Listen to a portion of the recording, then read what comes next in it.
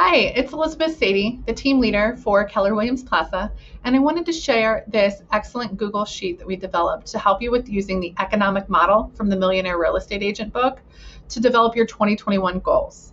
You're going to start by entering what it is you want to profit next year, before taxes, but after any expenses or cost of sales that you need to pay.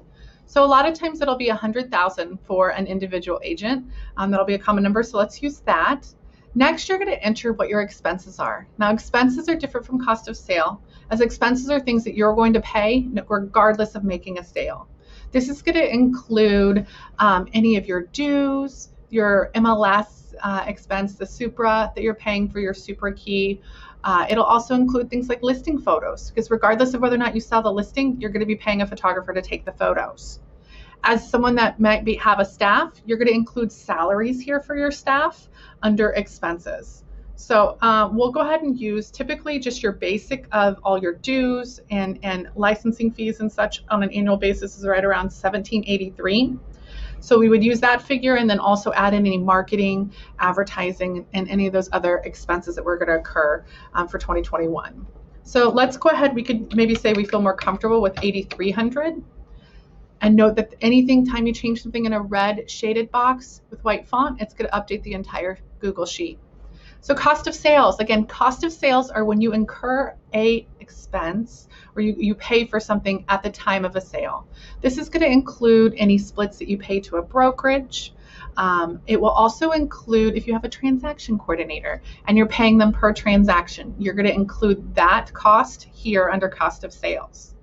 Note, if you are a team leader and you've got a team that you're running and you've got agents that are selling on your team, you're going to include the split that you pay to that agent here under cost of sales.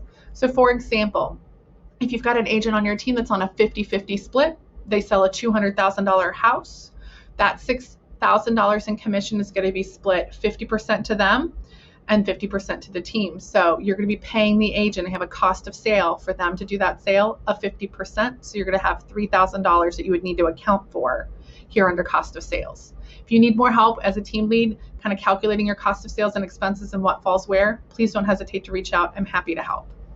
All right, as you can see, as we change, and if we wanted to have that reflect maybe 28,000 instead of the, then we could change that. And it's going to calculate here on the right what the percentage is of your total gross commission income that each of those categories are taking up. All right, so to net 100,000 profit, you're going to have gross commission income of 136,000. Note this is also updating the total volume, closed volume you'll need, as well as your closed monthly volume and your closed GCI that you would need monthly. Next, we can take our average sales price to calculate exactly how many units we'll need to close. So if our average sales price, we know, if you don't know yours, 210 is a great one to use. If you do know that your average sales price is actually closer to 256,000, you can update that field. It's going to update the average commission amount and then the total units sold that you would need. So in order to net that 100,000 profit, we would need to close 2 closings a month. And that kind of breaks it down. So we can take it a step further to say, okay, if I know that typically I am 45% listings and 55% buyers, we can take it down another level and say, okay, if 45% of them, of these 18 are going to be sellers, that would mean I'd need to close 9 listings in 2021 to meet my goals. Our next level of conversion is how often, once we get an exclusive right to sell signed, does it actually end up closing? And that here we've got entered as 90%. You can again adjust that to be any number, and it's going to adjust the calculations accordingly. The next conversion is is for when you go out, so an appointment conversion rate. When you go out on a listing appointment, how often do you actually get the listing?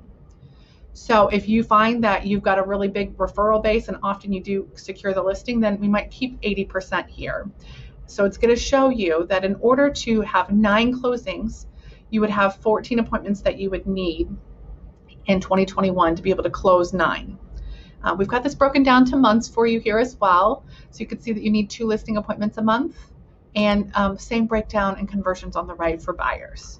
So feel free to go in, make a copy, make some adjustments yourself, come back and massage and manipulate this as much as you need to help really fit your business.